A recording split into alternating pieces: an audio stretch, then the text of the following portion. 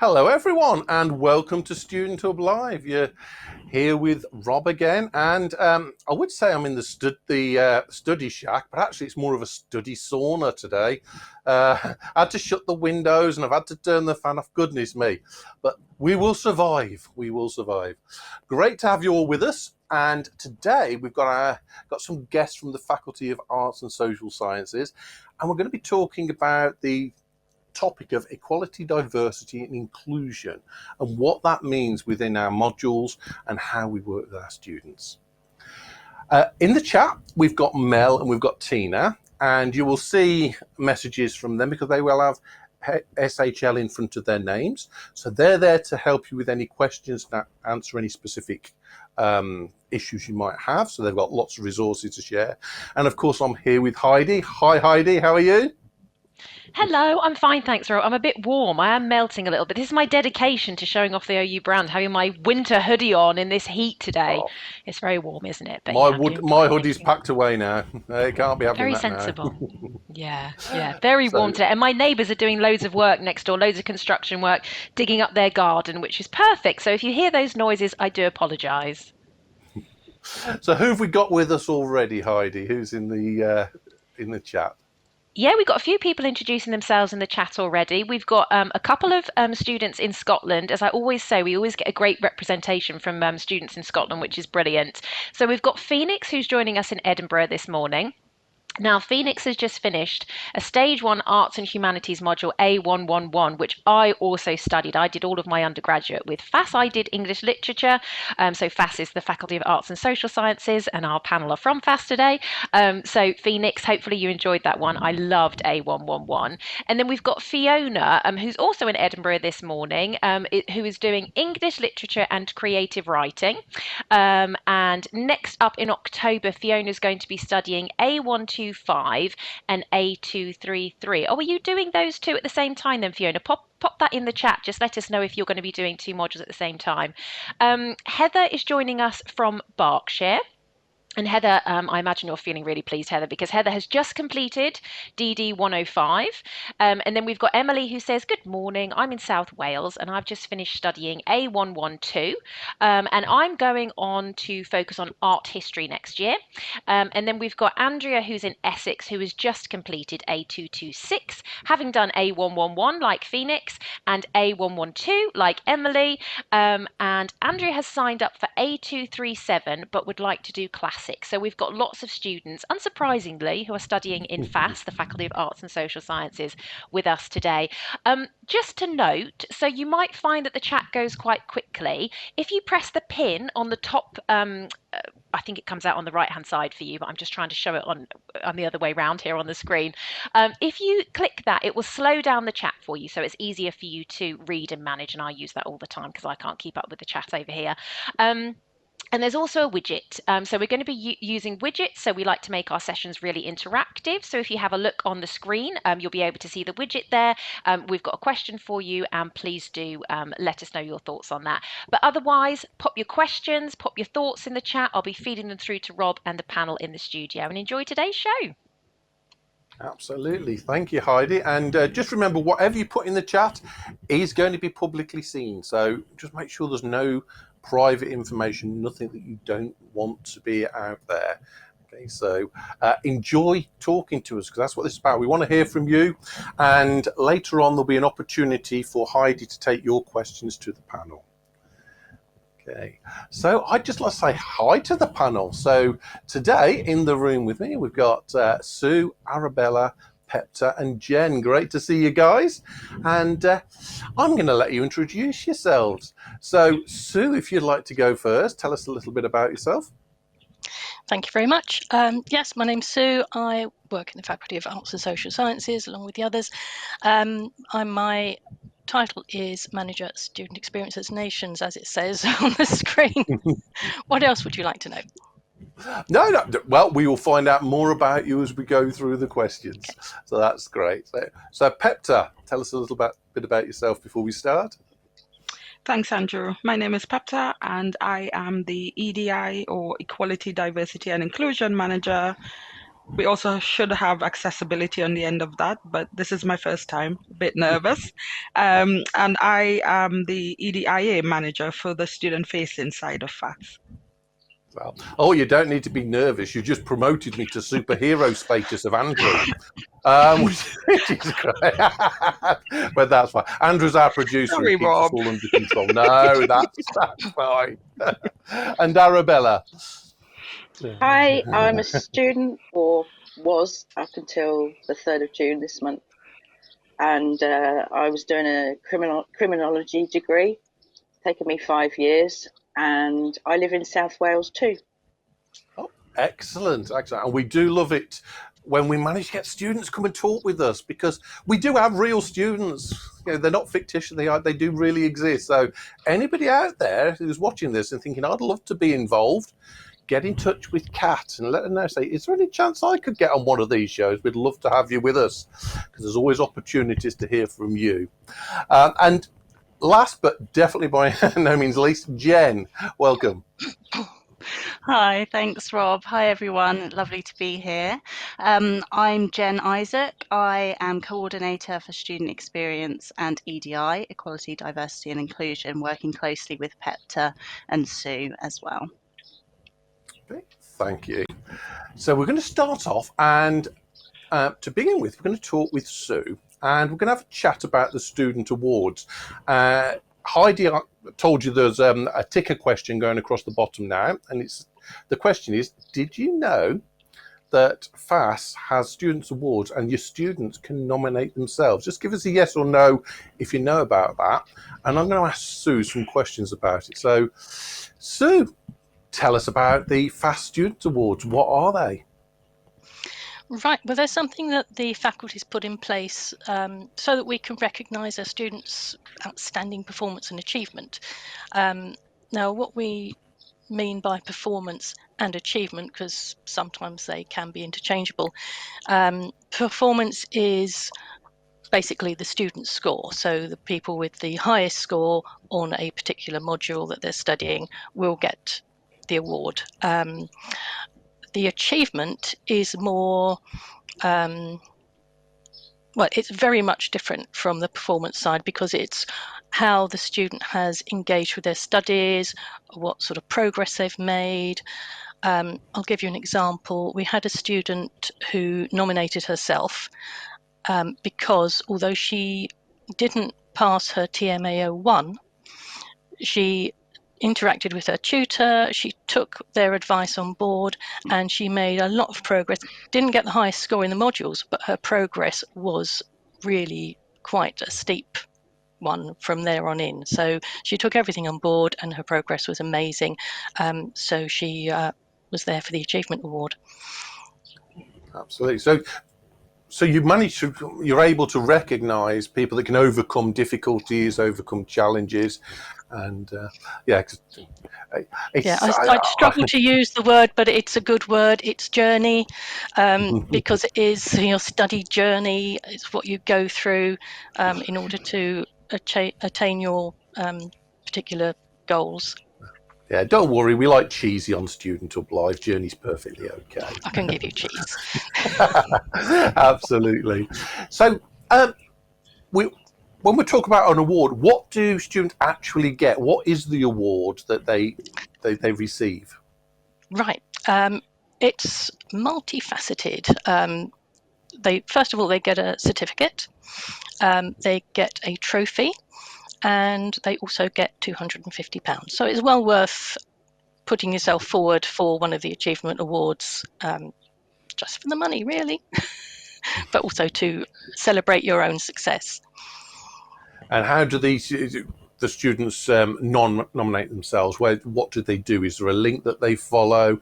And when is it open, for example? Is it open at the moment, or is it? It's closed now, but what we do is we send out emails to all the FASS students, because they are open to all students who meet the criteria, and we also put a note on the student hub, student home, so that they can see it via various means. I see. And despite the fact that I'm a fantastic FBL student, I probably couldn't apply for this one. So it's only Absolutely open. not. I'm afraid. So sorry about that. It is only open to FASS students. That's not to say that in the future we might not collaborate with other faculties, but at the moment it's just us.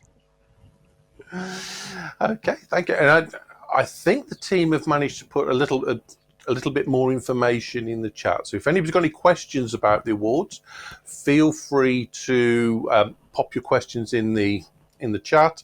And if you don't get answered in the chat, we'll come back to the panel later with Heidi. So thank you, Sue. So another quick question on that, and this will catch you out because it's not in the list. Roughly how many awards do you give out each year? So is it one award or is it 150? I've got no sense of how many you actually award. It's 11. I have that figure to my fingertips. No, it's 11. There are the original 4 awards that we gave for specifically Black, Asian, minority ethnic students, and they were our opening towards the suite of awards that we've got. And then last year we introduced the 7 Executive Dean Awards to add to that suite. Hope that helps. No, that's exactly what I wanted to know.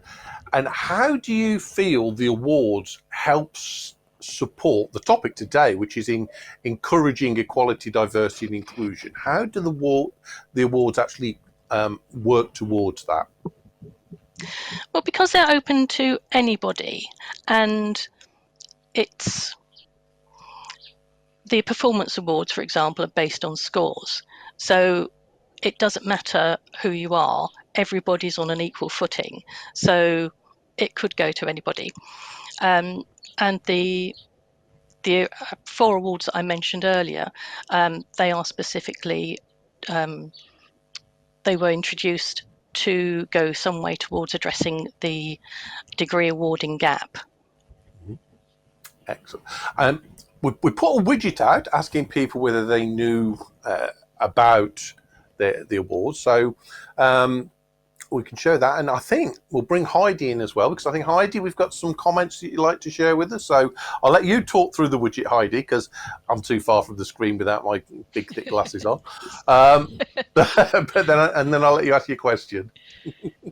Yeah, sure. So as you can see on the screen there, so we've got 7 of our guests with us today have said that, yes, they were aware of the FASS Student Awards, and 11 of them said no. And it's actually lovely to be here. As I said previously, I studied with FASS because I did English literature.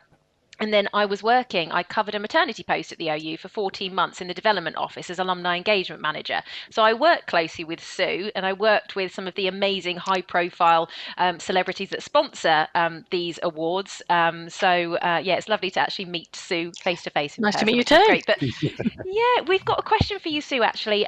So Heather asked the question, is the award presented at graduation ceremony? So she just wants to know a bit more about then when people are actually awarded their award. Right, thank you. That's a good question. No, it's not awarded at graduation. We are currently awarding them at our faculty assembly that's held in November. And originally, because it sort of started during lockdown, so we did everything online. Last year, we were able to invite people for the first time. We invited our students in. 4 of them were actually able to make it and joined us for the assembly. And that was an amazing experience. Their stories were so wonderful. And they were so pleased to be able to be students of the OU and FASS in particular. And it was a very emotional and inspiring day for us as well as for them. And so we're definitely going to be inviting them again in person if they can this time round. Thank you, Sue. That was a really good question. So keep your questions coming, because we want to make sure we cover the things you want to know about. So we're going to chat now with Pepta and Arabella, and of course Sue's going to be there to jump in if you have anything to add, Sue, as we go through. And we're going to be talking about the inclusive curriculum. So the ticker question has now changed, so it's going across the screen now, and the question is, thinking about a module that you're currently studying, what would you do to make it more inclusive? Okay, so what could you do to your module to make it more inclusive? Okay. So, Arabella. Oh, sorry, Pepta first. Sorry, Arabella. I suddenly sat up then, got worried. So, Pepta, tell us what we mean by inclusive curriculum, and what is the inclusive curriculum review? Thanks, Rob. So what we mean by inclusive curriculum, I think we have to start from recognizing that the Open University recognizes that we have awarding gaps, and there's different contributory factors creating that gap. The inclusive curriculum is it's almost an intention to make our curriculum accessible to, or equally accessible to, all of the students that we have. And so the inclusive curriculum review is an exercise in inviting students and associate lecturers to look at module material. When we invite students to look at this module material, we ask students not to be studying on the module, because what we're really looking for is their point of view on the material they're reading. So we ask them to look at the material, and we ask them to pick out things that they might consider in needing review or change. It varies what they find, but I can give you an example. So sometimes it's just about imagery. The text in the module could be fine, but the image might not offer a diverse representation of authors or other people referenced or mentioned. So essentially, this is an exercise in reviewing text, reviewing images, reviewing module material to see what can be updated or changed or improved to make that module more inclusive to more students. Okay, so when we talk about accessible, we're talking about making sure students can actually get to the materials and understand it. And so it would be appropriate for somebody who's perhaps got a visual impairment or something like that, or if they have trouble with the internet, to make sure they've got that sort of access. And I suppose with inclusivity, is that so they can understand the context that it's delivered in, so that we're not looking from a particular angle? Is that what we mean? Sort of. Inclusivity, yes, understanding, of course, what you're studying and reading is important, but the inclusivity part of it includes accessibility and representation. So we want to make sure that, I think in some of the guidance, so just to backtrack a little bit, as part of this review process, the students and ALs use a tool created by our access and participation team that is called the Inclusive Curriculum Tool. So this tool is a series of prompt questions that the students are encouraged to use as they read through the module material. And it just highlights points that you should think about as you're reading the text. And that, for one prompt, I think will give an example of text that we're reading at any level to be inclusive.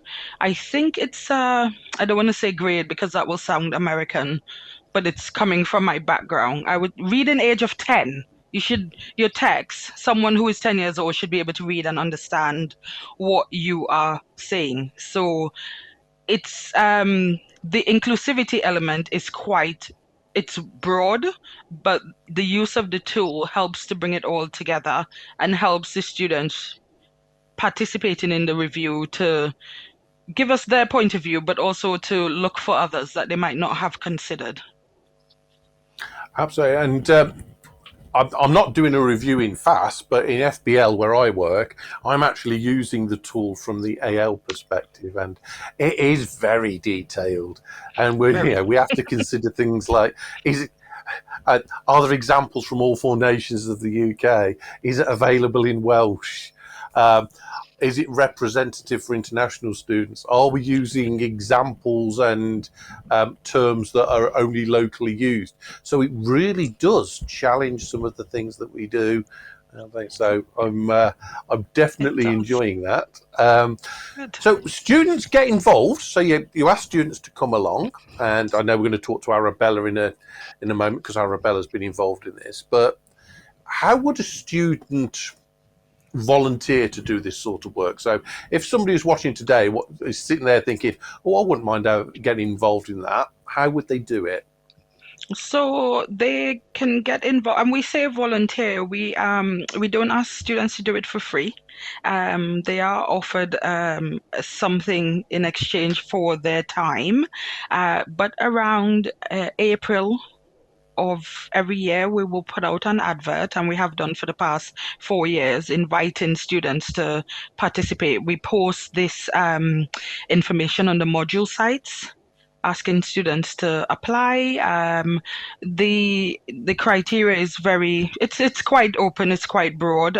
We want students from every background to apply, and we want to hear what they have to say. So we send out an invitation, students apply, we select the students that meet the criteria and qualify, and we offer them some training, because we don't want them to just be handed some module material and say, oh, here, let us know what you think about that.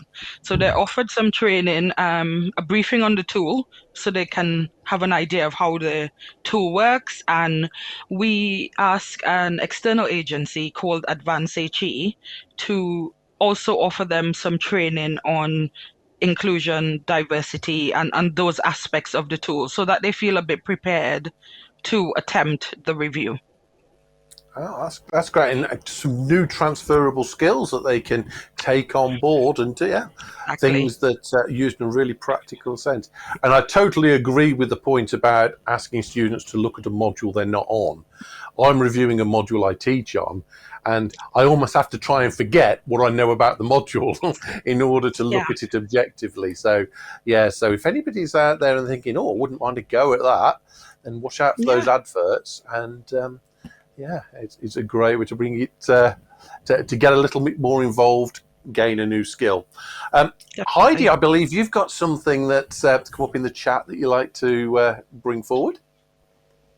Yeah, we've had a few great comments in the chat. So Phoenix has shared, as an autistic student who struggles with attention, I felt disappointed in myself by not being able to keep up motivation for units involving disciplines that I couldn't connect with fully. And Phoenix says, I love how wide-ranging the module is, because for most people that's wonderful. And Phoenix, just as a reminder, I did a hello and introduction to Phoenix at the start. Phoenix has just finished A111. Fiona says, I think tutors should be visible throughout tutorials. It adds another dimension that can aid learning and make students feel connected. It would be nice if students could see each other as well, if they're happy to turn their cameras on. And Heather agreed with that comment and said, some of the sessions would be good in this kind of forum, so like Student Hub Live, where the tutor is present and visible for all the aspects of communications, including non-verbal. So just like this one with Student Hub Live, rather than just the voice we hear. So just some great comments and ideas and perspectives that are coming in there from students in the chat. I absolutely agree. I think that's a really good point. And when it comes to students having the cameras on, I think it's first of all, we don't want to force anybody. Not everybody's comfortable, but it's nice. My record is 64 students in the room with the cameras on at once to get a group photo. That was great. And when it comes to the tutor being visible, sometimes I get a request to turn my camera off. Nothing to do with bandwidth. They just don't want to see me. But yeah, no, some really good points. And thank you for this. So these things that would make it more accessible, and I do training with tutors. I help to train my colleagues on the use of some of these techniques. And one of our things that we suggest is always have your camera on. Any Student Hub Live sessions you come to, we will always be there. And I always give you the tip on how to get rid of my view, if you don't want to see it, which a lot of people do. But Arabella, I'm going to bring you in now. And I'd just like to hear some of your experiences, because you've been doing the interactive curriculum review. And I just want to know what your experiences were. How did you find it? Well, I first did it year before last, so I've done it 2 years in a row. And my take on it is that we live in a very diverse society and diverse world. And when you're a student and you're reading a module, reading a text of a module, you want to see yourself represented in that and included in that. So looking at me, you might make assumptions about, oh, she's white, privileged, middle-aged, unfortunately, and you know, probably hasn't, you know, probably got maybe quite an easy life. But in actual fact, I was diagnosed having bipolar when I was 21, and during the course of my studies, the last 5 years, I've discovered I have ADHD. And so I looked at doing the review from my perspective. I can't talk in terms of, I can't put myself in the shoes of a person of colour or a person in a wheelchair. So I thought, right, I'm going to review this chapter, because you're given a chapter of a module to review. And I'm going to look at it in terms of, am I represented in what I'm reading? Or where could I be represented? I think the module makers have a lot to do, and it's incumbent on them to not necessarily go down the obvious routes. I feel like people with a severe mental illness and the neurodiverse community, we really are at the bottom of the pile, and we get left out and we're not considered.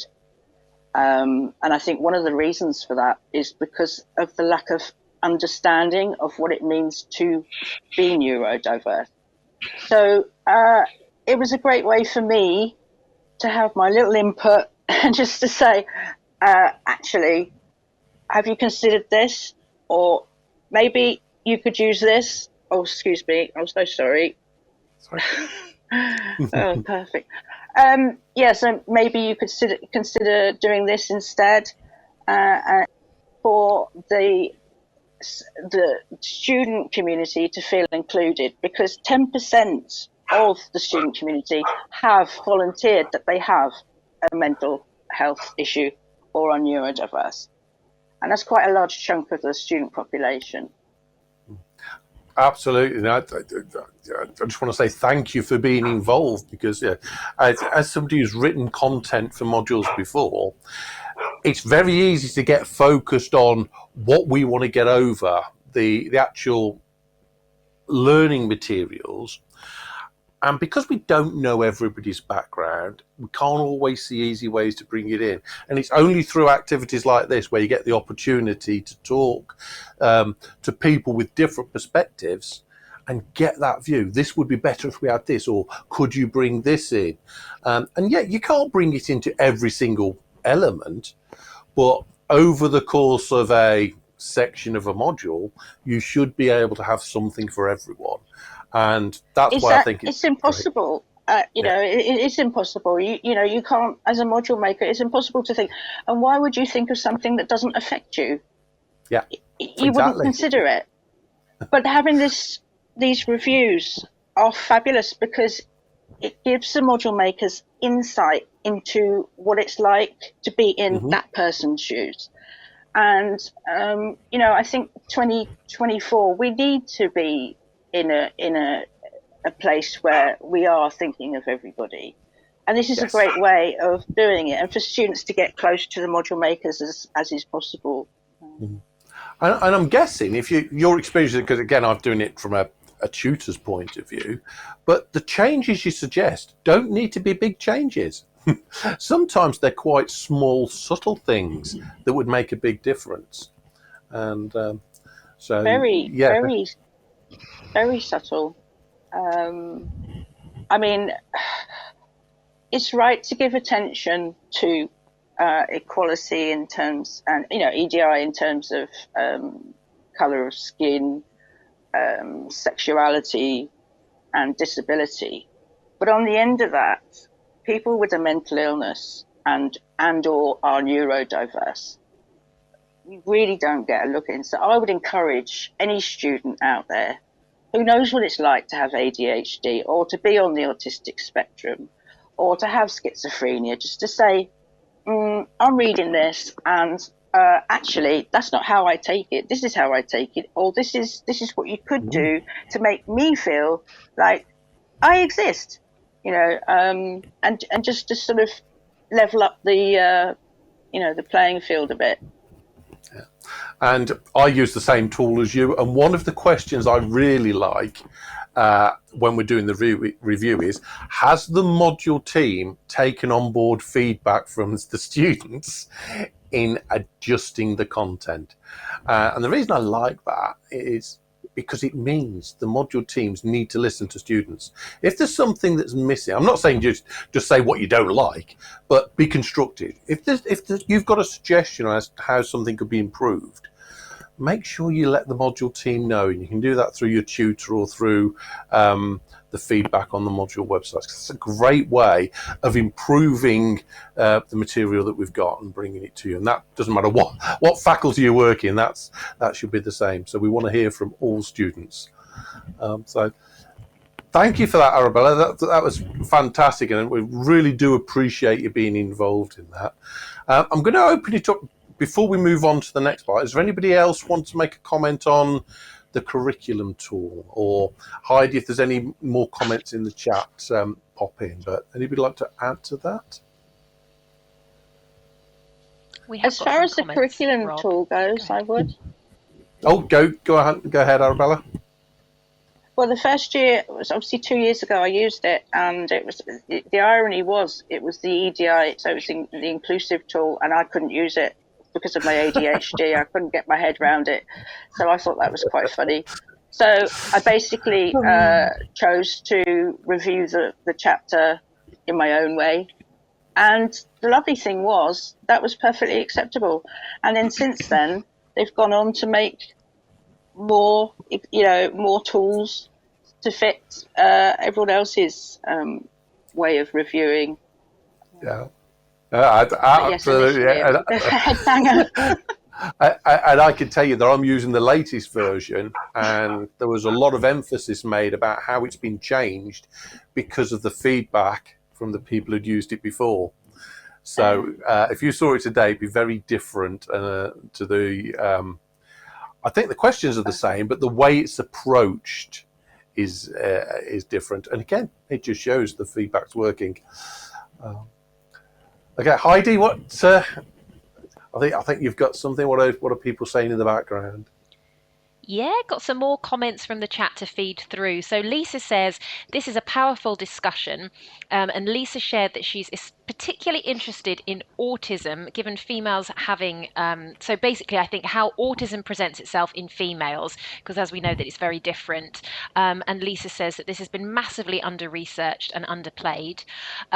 Phoenix says, DSA has been really helpful. I think SHL and PLA online events were what kept me engaged enough during those lower points when I was feeling really demotivated. I do know that watching tutorials can be overloading for some people though, so that may not always be enough for them. So yeah, just some ongoing conversations in the chat and reflections that are being shared at the moment. But that was a really interesting session, and Arabella, really, really interesting. Thank you so much for sharing your story with us. Definitely. And it might be a good opportunity to remind people that I think it's Margaret and Isabella run a session specifically for students, neurodiverse students, where they can look at specific issues. So if you've not been involved in those before, so if neurodiversity is something that affects you, keep your eyes open for those sessions. Perhaps go back and consider watching some of the recordings. I think there's some really sensitive and detailed topics are being covered that like I say, Isabella does a fantastic job. I would struggle, to be honest, to handle things the way she does. But if that's the sort of area that affects you, then definitely look out for those specific sessions, because we want to learn from you as well. What works best for you where you are. Any other comments before we move on to the next topic? Yeah, I can come there in, you go, Rob. Jen. Just on a couple of points. One, to Arabella's point about the accessibility of the inclusive curriculum tool itself. I know for many years it was created in an Excel document. Now, Excel is great for a lot of things. I am a fan of Excel, but in the case of the inclusive curriculum tool and inputting data, but particularly, free text and writing, chunks and paragraphs of text in response to each question or prompt, it's not that user friendly. So one of the things that the access and participation team took away has been to make other formats, particularly like a Word document or something which is clearly designed for word processing, for typing. And as Arabella said as well, if there's not the format that you find useful there are other ways. You can find your own ways of doing things. So that's been really helpful. And the other thing I wanted to pick up on was from the chat. It's really interesting to hear what works in terms of your engagement and community. And one of the things we'll come on to talk about in a little bit is engagement with students about their overall experience, what works, what makes them feel like they belong, etc. So thanks, Rob. Thank you, Jen. That's great. And it's learning. I think sometimes, I know when I was a student, I spent a lot of time studying with the OU, and I used to think those tutors, those module tutors, they know everything, and I used to get this, not quite a god complex because they weren't gods, but I used to think that they knew everything that they needed to know. Now that I'm a tutor and I do some of the writing for the OU, I realise actually there are bits I know really well and there's bits I don't know. And the opportunity to learn from students what they actually experience, what they actually need, is absolutely vital. And that's going to bring us into our next topic, which is about student consultations. So we've got a new widget. So this is a word cloud widget, and we want you to put 3 words. You have to put 3 words in. 3 words about the OU that makes you feel included. If you can only think of one, put it 3 times. But what we want to see is, what is it about the OU that makes you feel included? And the more times a word appears, the bigger it will be on the word cloud. And Heidi will be looking at your word cloud in a little while. And then we've got a couple of ticker questions that will be going across during this conversation. The first one is the opposite, really. What sort of things might cause a student to feel excluded? And so what is it that stops you feeling included? And what would you change to, the second question is, what would you change to enhance your overall study experience? What could we do that's going to make it a better experience for you? So those 2 questions will be going through as we have this next chat, and then we'll be reviewing your comments at the end. Okay, so I'm going to bring Jen and Pepta back into this. So Jen, first of all, tell us about the student consultations. What are they and why do they exist? Yeah, so the student consultations in the Faculty of Arts and Social Sciences kicked off sort of mid last year. What we were finding is that we were, and that analysing data within the faculty about these awarding gaps. Now, we've heard the term awarding gaps a few times today.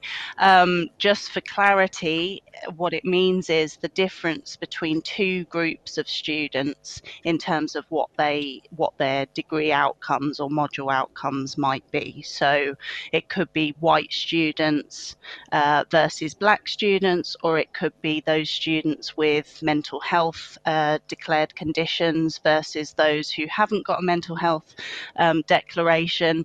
And our sort of view was that we need to get the feedback and engagement from students from those diverse groups in order to understand what we can do as an institution to kind of close that gap, I suppose.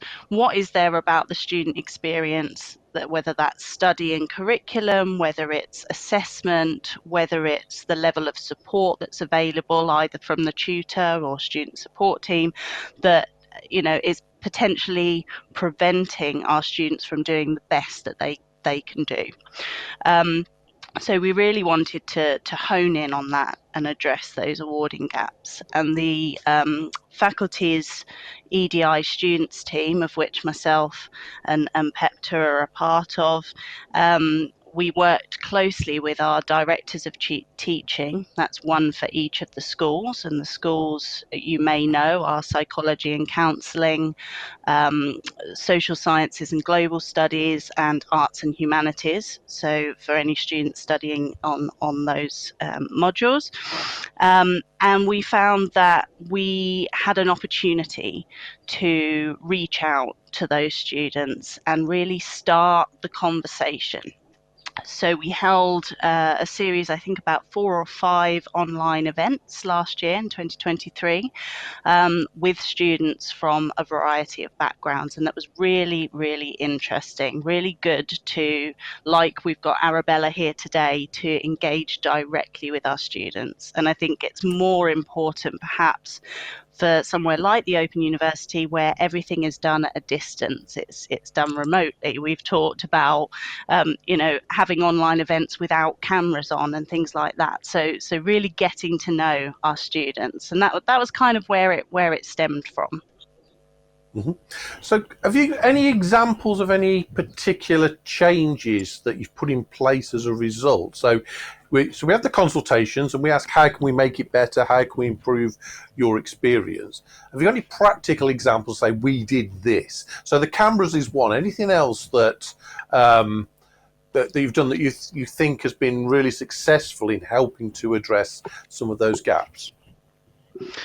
Yeah, so what we did as a result of the feedback and asking our students about a sense of belonging, we've continued this consultation process, and Pepta's going to talk a little bit more about how to get involved this year, but really creating a community of students that would follow that student journey throughout their time with us at the Open University. I think the other thing is looking at induction. There's so much information available to students when they join the Open University, and it can be a bit overwhelming.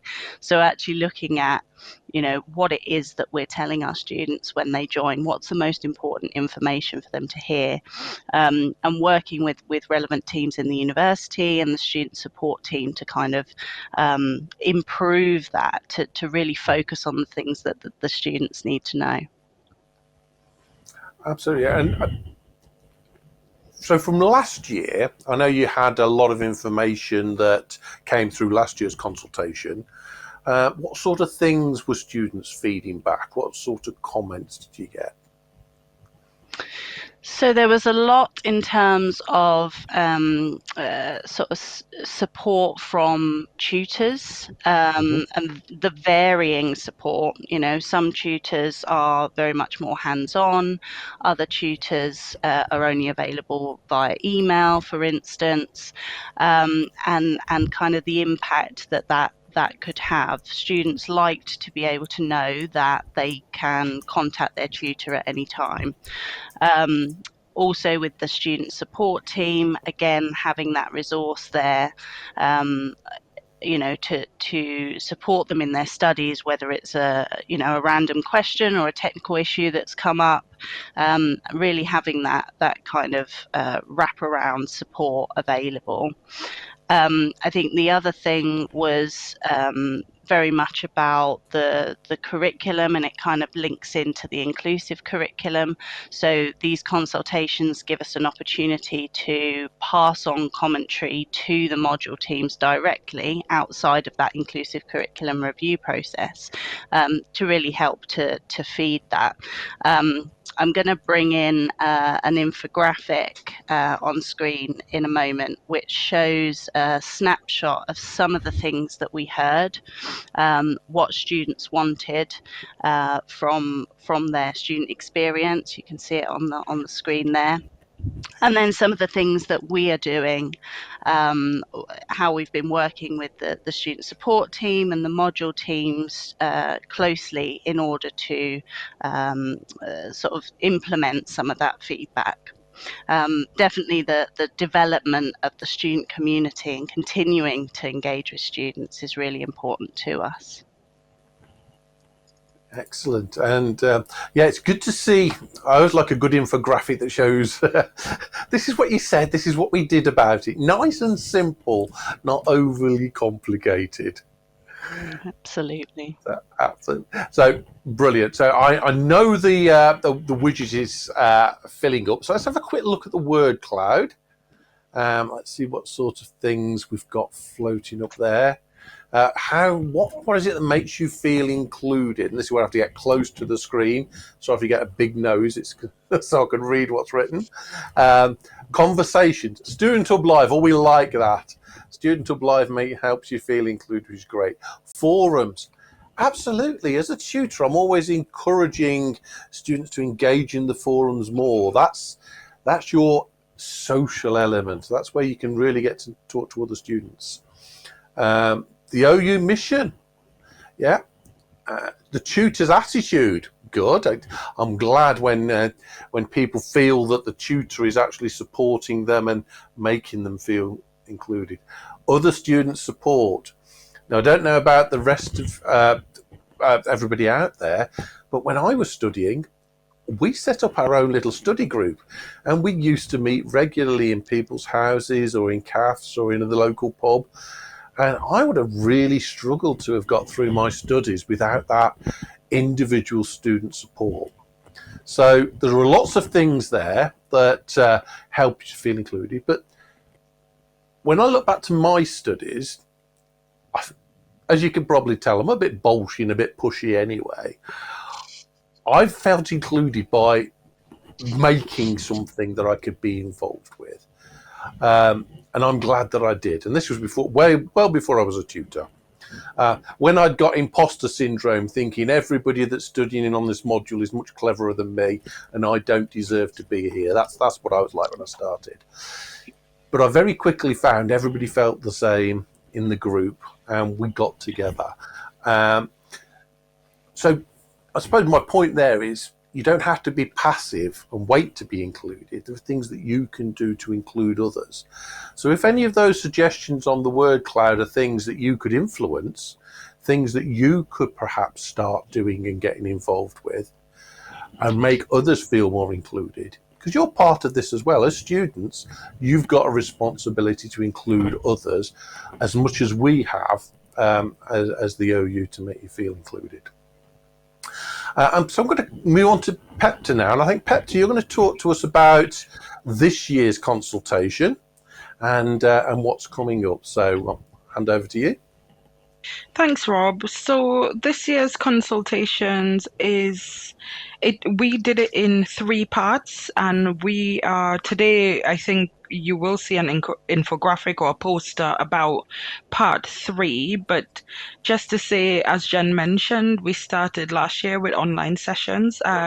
We started this year with an online, don't want to say questionnaire, but it was sort of a questionnaire where we were letting students know we're we are having some consultations, and it was our starting point. So we asked them a few questions and also used that questionnaire to invite them to our online session. We had an online session a few weeks ago now. We had some students attend and they gave us really good feedback. It's really been refreshing to hear students talk about their experience in just a very relaxed setting. And for part 3, we are very excited about this, and we hope that students find it an exciting prospect too. We want to meet students face to face on campus in Milton Keynes, and we are going to do that on July 11th. Where if students are interested in attending, there is a forms link that they can fill out. But we'll meet these students face to face. We'll have a chat about their experience, and again, we will it's going to be a relaxed session. We want to hear from them and we want to take that information and share it and disseminate it throughout the university to all the right people so that the students' views are heard and we can implement the changes to make their experience more in line with what they want, expect. Please come also if you have good things to say, because we appreciate good feedback too. But yeah, we're trying to build this community. We want to support students and we want students to support each other, and we really want feedback to flow, and hopefully we can demonstrate to students that we're really interested in listening to what they have to say and we care about their experience at the OU. So I don't just to know. clarify, the forms link you mentioned, is that the one that we've just put in the chat box? Is that It would be the one that's just been put in the chat. It has information about the day and the time, and if students don't notice, we're also interested in covering travel up to £100. So if they are thinking, I might like to come, but my train ticket might be expensive, please get in touch with us. Hopefully our email address will end up in the chat soon as well, but do get in touch with us and speak to us, because we're happy to cover the cost of your travel. And for your time, I think we're also happy to offer some vouchers to say thank you for coming. So yeah, I've just had the hopefully, confirmation that Tina has put the link into the chat. brilliant. And I'm sure Tina will put the email address to contact. And for those of you watching the recording, we'll make sure that the same link is available on the homepage in Student Hub Live, so you can access it there. Yes, absolutely. And if someone is watching the recording after the date, as part of that form, we've left an online forms link open for those who don't want to attend or who would rather give their feedback online. There's a link to some questions and they can let us know their thoughts online, the easy way. Okay. Or they can, of course, scan our snazzy QR code. Oh, and there we go. We're getting all technical now. There's a QR code on the screen, and I will talk slowly, impossible for me, to give you enough time to take a quick snapshot of that if you want. And I've got to say, if you've not been to Walton Hall, if you've not been to the home of the OU, it's well worth going and coming and joining the team. So I'm about to ask the rest of the panel if they've got any more comments on the consultation. But just before I do, I just want to remind you that once we've had this this part of the chat, we're going to be coming to your questions. So Heidi's busily reading all of your points. So if you've got a question for the panel in general or for somebody in particular, pop your question in the chat and then Heidi will ask it on your behalf. So anybody else got a comment on the consultations before we move to the interrogation round? Arabella. Well, as a student over the last 5 years, it's been my experience that whenever I've been asked my opinion, it's not been to placate me or to humour me. Tutors and staff at the OU really do take on board our opinions. They want to make everything better for us, and just to get involved, whether it's a consultation or it's a forum, whatever. and get involved. No, thank you, and I'm glad you feel like that, because we do take feedback and comments and consultations very seriously. A lot of time and effort goes in, and as we saw from that lovely infographic earlier, we can actually say we have done this because this is what you said, this is what you asked for. So thank you for that. Anything else on the consultation before we go to questions?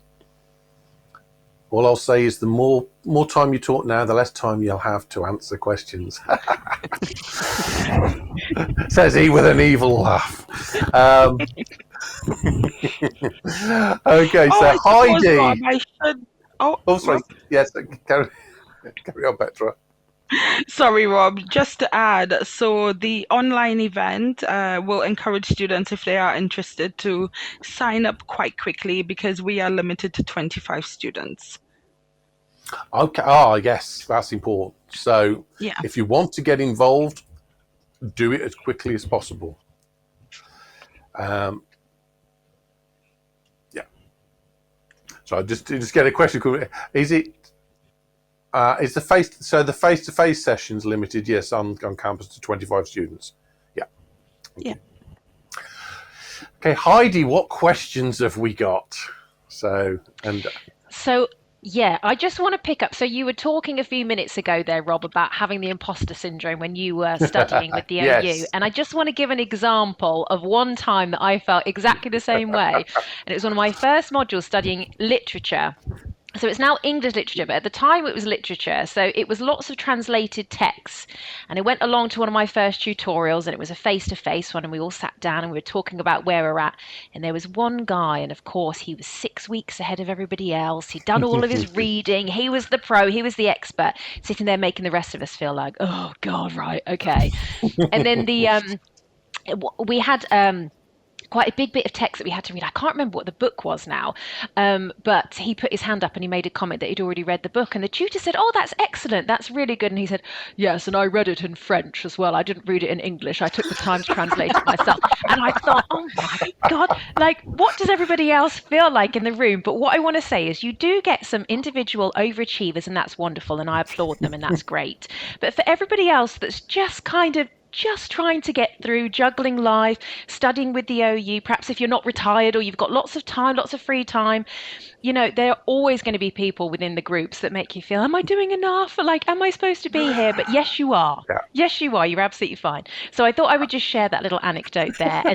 And then I've got some reflections as well, just some bits that I can pull out of the chat. And then we've got a question as well. Okay, so lots of chat. We've got a bit of a smaller group today, but some wonderful students that have been sharing some really fantastic experiences. So Fiona has been really honest and open with everyone, which is just wonderful, and thank you so much, Fiona. So Fiona says, I live with complex PTSD, and it's only through my journey with the OU that I've started being able to recognise and engage the issues that this can cause me as a student. So it's wonderful to hear that the OU has helped Fiona in that process. It's days like this that are stimulating me to engage, and it's so useful. So days like this is in this Student Hub live session, which is wonderful. And Fiona's put a lovely comment saying, please keep this great work going.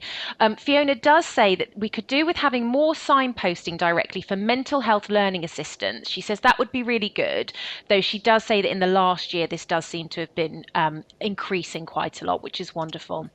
Now, some other comments. People have been talking about how they engage with the different forums and the different platforms and ways that they can engage with their studies. So Heather says it would be good if cameras similar to this one for the forums, monitored by the tutor, essentially, Heather is saying that about having cameras on within the forums and tutorials, and Heather would find that useful. Phoenix talked about how the sessions with Isabella. So you talked about that earlier, Rob. That Isabella and Margaret hold wonderful sessions for our neurodivergent student community. Phoenix says these sessions have been great and have been such a boost to my personal confidence levels, which is so good to hear. And we'll definitely feed that back to Isabella because I know that she'll want to hear that. that, Phoenix. And Phoenix says that I'll definitely be recommending these to others. Phoenix picked up on that conversation around the different formats that people prefer. So says there seems to be certain students who do better with a chat room environment rather than a forum setting. I know many have preferred to make Discord servers. This means the forums feel rather empty, which can then lead to feelings of isolation. And this is something that Amy then responded to Phoenix about, saying 100%. I feel a lot safer and comfortable during chat sessions than with the forums. And Amy says that the forums can actually feel quite overwhelming, so quite rarely contributes, which is absolutely fair enough, Amy. Amy finds that the module-specific WhatsApp groups are very helpful, but again, they can be overwhelming. And I know that we've discussed this in previous sessions. Some people love to have the WhatsApp groups, they love to have that engagement, and some people are just finding their phone pinging dozens of times an hour, and it's just too much, it's too overwhelming. So one of the questions that we have then, so for those that do find WhatsApp groups and the study groups with their peers really useful, what advice would the panel give to somebody, one of our students who's looking to build a local student support group with their peers, whether that's digitally or face to face? What would be the best, like the first step, and where would be best for them to go? Oh, good question. Who'd like to have a stab at that? Arabella, go for it. Excuse me. Well, I've always avoided social media when it comes to the Open University, because I felt like if I asked a question or if I was going down the wrong road or path, I wouldn't necessarily know in a WhatsApp group, whereas the forums are great because tutors read what you're talking about and they can put you straight. Saying that, I found the last 2 years when it came to the EMA, I actually set up a small WhatsApp group. There were like half a dozen of us in both years. And I found they were great for just the support side of things and to vent our frustrations, and they were very useful then. In terms of local getting involved, myself, I wouldn't. I'd stick to the online until you know these people, because just because you're studying the OU doesn't mean to say, that's necessarily a safe thing to do. And I think it's important that you do what you're comfortable with, that you don't feel pressure to do something you're not comfortable with. Some people don't want to be in WhatsApp groups. I've had students who aren't allowed to be in WhatsApp groups because of their job, and they're not allowed to have a social media presence. So they're not allowed to. But for those who do, that's great. And we need to embrace different ways of being in touch. I'll give a quick example here about one of my groups this year. One of the students came to me, and exactly the same comment we just heard about not wanting to be part of the forum. And he said, Rob, he says, how can I have a remote chat with people? Is there any way that we can have a remote support group where we could just spend some time together? And in this particular module, there wasn't. Some modules have student-led rooms, but in this one there wasn't. And I just said to him, I says, you sort out when you want to meet, and I will open up our tutor group room and just leave you to it. And that's what they did. And they had 2 or 3 meetings over the course of the last 2 months of the module. And they had a lovely time just meeting together. And all it took for me as the tutor was just to go in, open the room up so that they could go in there and chat. And just the Adobe Connect room that we use for the tutorials. And they loved that. But it's exactly that point you were making, Heidi, about not everybody feels comfortable putting things into a forum, but they still want to talk, they still want to be involved. And it's, if the thing that you want isn't there, ask your tutor about, can they get it? Can they arrange it? There are things that we can ask and we can request, even if they're not already built in. But, doesn't hurt to ask the question. Might get some good suggestions. So anybody else want to contribute on that point? How would you encourage students to build that community? I thought your hand was going up there. Yes. Say that again, Sri.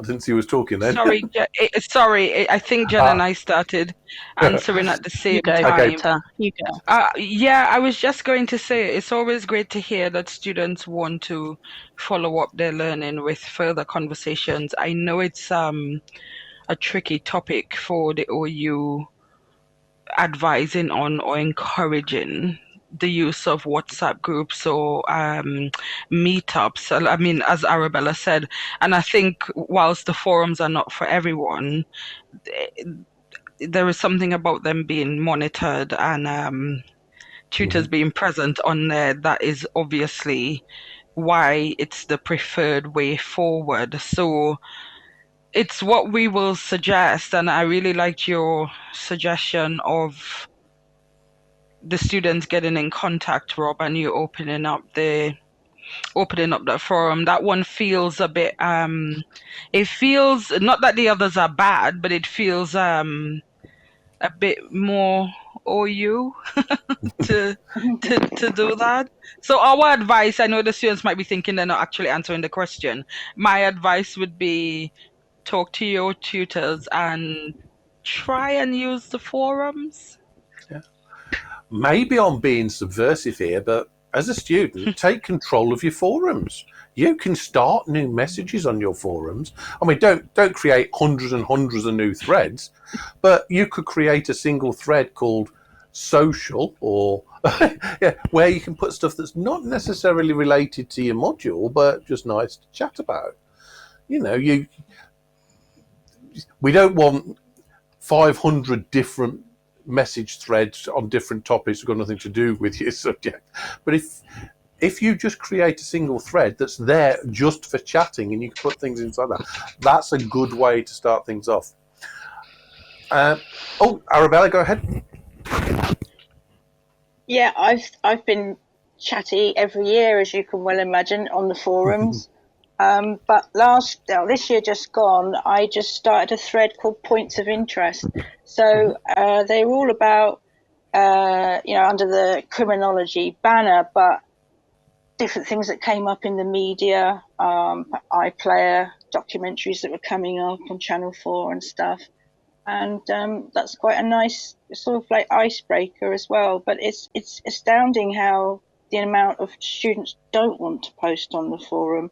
So the idea of going somewhere and start opening up your camera feels even less likely to me that they would do. But that's how you can start just a conversation. And then anyone else, other students came along and put their points of interest in as well. We can all share. Absolutely. And yeah, this is why we have our study buddies with all the pictures that hopefully you saw at the beginning and get people to share different things. Sue? Yeah, I wasn't sure about joining external groups until I started studying my current module. A lot of the learning is done through critiquing other people's works on the forums, in the workshops, and it's proved so valuable that a lot of people are starting to think, oh, how do I get my work critiqued by like-minded people after the MA's finished? And so someone suggested, I'm going into the online room. If anybody wants to meet me on this day at this time, we can create a group, because the people who go there will be of a similar mind to that. So something was set up for the people who want to stay in touch after we've completed our MAs, and to help each other going forward. And that's sort of one of the things that you get from the OU, is a sense of community, albeit online at the moment. And you can help each other going forward, not just while you're studying, but in the future as well. Yeah, I think that whole sense of finding a way that suits you, and for me, this is the big theme. It's not this is the way. It's there are different approaches that you can take, but you need the one that works for you. After Jen.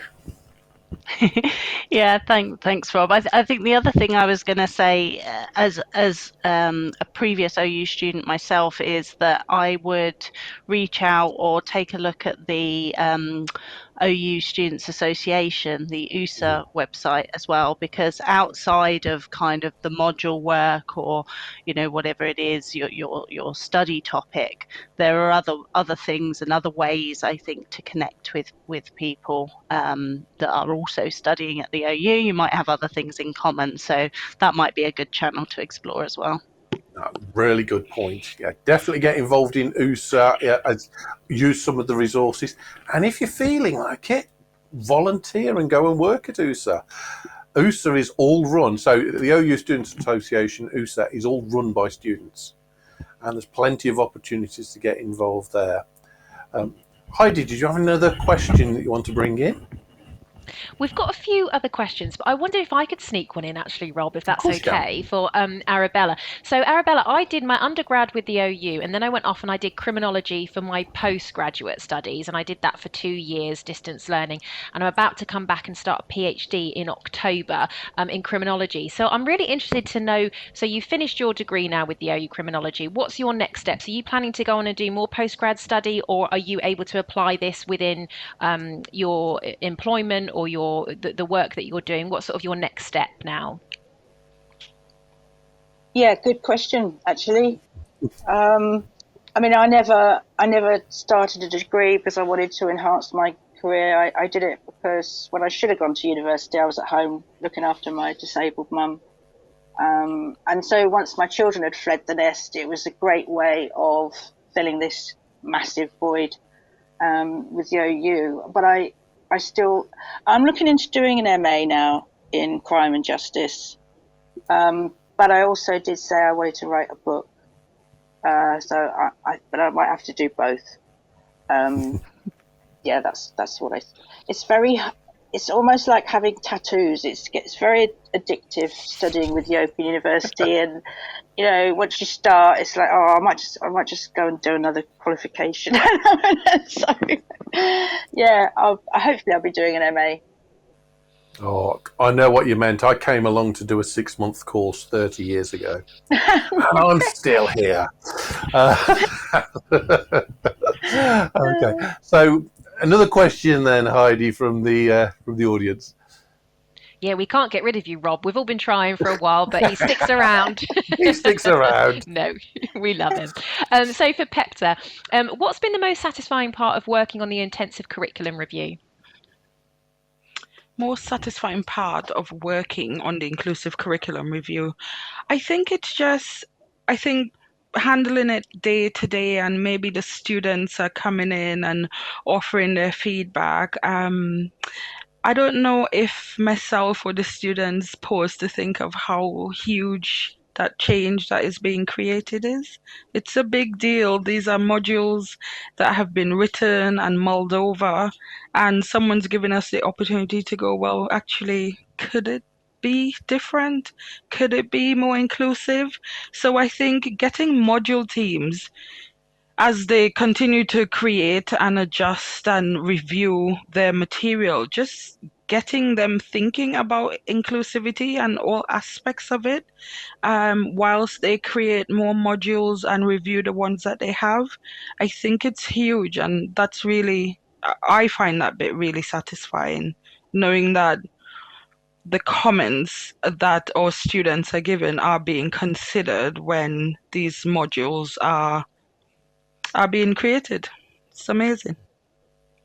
Yeah, and of course, it's not just about the modules that exist. Whatever we learn, we can then apply to the new modules that we create. So everything's making huge change. Yeah. There's so much that I'm learning through running these sessions that I'm now able to apply. And so this is why I love having guests like you guys along, because I learn so much just from having you in the room with us. It's fantastic. Arabella, yes? Yeah, I've got a word here written down. I wrote yesterday, empowering, and I haven't used it, and I must use it before we finish, because that review exercise, I feel, is very empowering, and people, it could be underestimated, but the staff do listen, and in your own small way, you're making positive change happen. So it's not just reading a chapter, it's not just getting a voucher or whatever. It's making a real difference for the future students that are coming along. So I would recommend it to anyone. Yeah. Oh, thanks, Arabella. Absolutely. I've got a little anecdote of my own from here. So we're talking about people on the forums, and Heidi gave a example of somebody that was always ahead. When I was studying, there was this one lady, and if you're studying, you'll know you've probably got somebody like this in your group, that every time a message goes up, they're the first one there. They write really long messages, and somebody and they'll comment right back, and there's lots and lots of discussions. And it just happened that this was a module that had a residential school on, and I noticed that this particular lady was going to be at the residential school. So I thought, oh, yeah, that's nice. Hey, I bet she's really keen and really, really overbearing. And when I went to the residential school, I met this lady, and she was a vet, and she worked in Barcelona. She was English, but she worked in Barcelona as a vet. And her only opportunity to communicate in English was on the OU forum.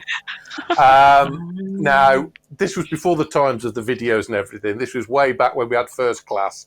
Those of you who remember first class, you're really old like me. But I felt so guilty because, that's the nicest lady you could ever wish to meet.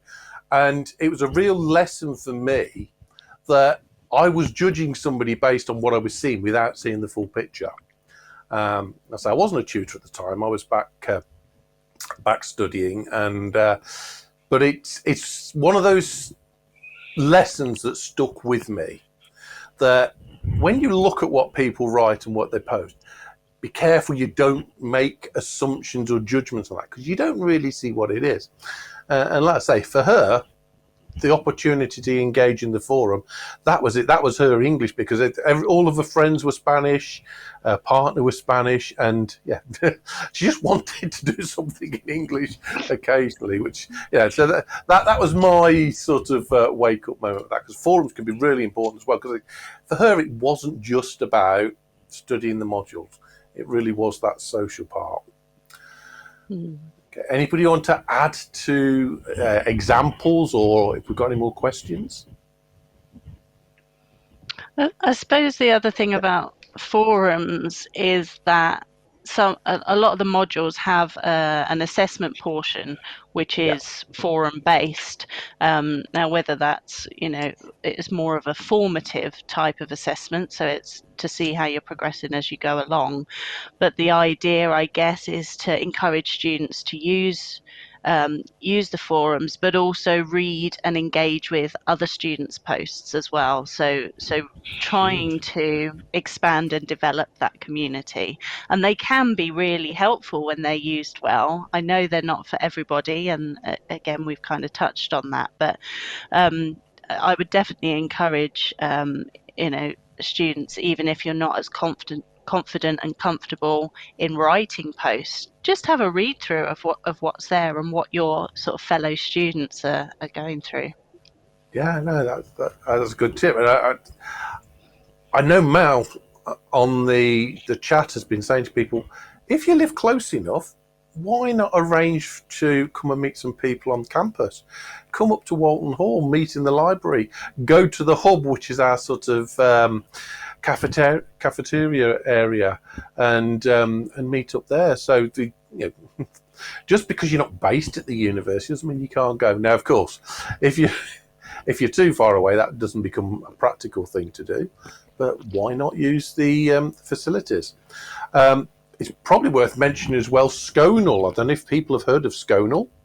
This is the scheme that the OU is part of, and it's where, as an OU student, you can get access to other libraries and other university libraries around the country. So that might give you a place to meet up and spend time with people as well. You can find out all about that on the library webpage. And don't forget, we have social events on Student Hub Live as well. We had one the other week, didn't we, Heidi? Lots of people turning up for a bit of a giggle. We did, yeah. We had our end of year party, which was really good fun. Lots of games and lots of things for people to get involved with. We had a really good turnout for that one. Absolutely. And we've got Freshers Week that's coming up in September. And Freshers Week isn't just for brand new students. Feel free to come and get involved and have a play as well. So, anybody else want to make a comment? Any hands there? Any tips, any anecdotes that you'd like to share? I suppose there's something you said earlier about don't wait for things to come to you. I mean, there is only so much others can do. You know, sometimes you have to step outside of your comfort zone and make that move onto the forum or into a WhatsApp group. Yeah. You know, you have got to make that effort. Yeah, I think that the responsibility goes in both ways, doesn't it? We've got responsibility to provide you with the access and the things you need, but you've got some responsibility to take advantage of it. And those of you who are tutors in the room at the moment, I'm sure you have the same frustrations as me, that we can only help students with things they tell us about. If you don't tell us what you want or don't tell us what you need, we can't do it. We're not mind readers. Because we don't physically meet with you regularly, it's very difficult for us to pick up on some of those subtle ideas you might pick up on if we were meeting regularly. So yeah, if there's something you want or you've got an idea or something you'd like to see happening, ask the question. Nobody is ever going to be upset for you asking a question, and we might have some ways of helping you with that. Just to let you know that Mel's put the link to Sconal in the chat, so if you want to find out about that, that's great. I'm just thinking, so we're probably getting to the point now where we're more or less at the end. So I'm going to say thank you all for coming in and talking to us today. It's been really interesting, and as I say, I know a little bit about the EDI agenda from FBL, but it's always good to get another perspective from another faculty, so that's been great. And I've really appreciated talking to you, and thank you for being so open about the things that you've talked about as well, and I'm sure everybody's enjoyed that. Heidi, what have we, any final comments as we come towards the end? Anything else that's in the chat that we want to highlight? We've had a few people that have had to leave us now, I think, with the timing. So bye, Samantha. Samantha just said, I have to go now. Thank you for such an amazing session. So thank you so much for that nice feedback. But like I said, we've had smaller numbers in the chat today. But people have been fantastic with the conversations that they've been having and really open and sharing their own experiences. And actually, I think there's real value in that when the chat is going slightly slower and people can really engage with each other. So thank you to everybody that has engaged in the chat and sent their questions through and shared their perspectives and their experiences, because we really do appreciate it. Thank you, Heidi. Just a reminder for you all, there is a feedback form, and I think the link to the feedback form will be appearing in the chat. As we've said, we seriously take this on board. Your feedback determines which sessions come back, which ones we repeat, how long we spend on them. So please make sure you fill out the feedback form. Because if you get no feedback, it will be assumed that you don't value what we do. So please give us the feedback.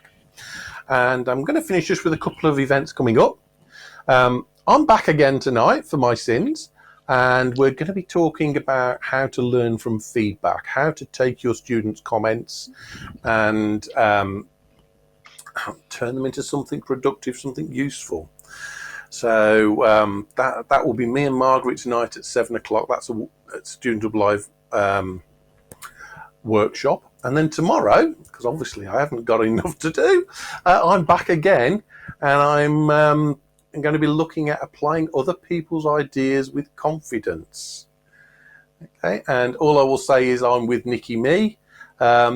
If that doesn't mean anything to you, don't worry, but some of you will be laughing at that point. So I'm back with Nikki tomorrow night looking at other people's ideas. So effectively, how do you use concepts and theories that are in your module effectively? So yeah, look on Student Hub Live for our range of events, and we've got a few more before the end of July, and we're back in September for Freshers Week. So thank you everyone for joining us. Thank you for your comments. Thank you to all my guests, and Heidi, as always, you've been brilliant, and thank you for looking after the chat. And we will see you all at the next event.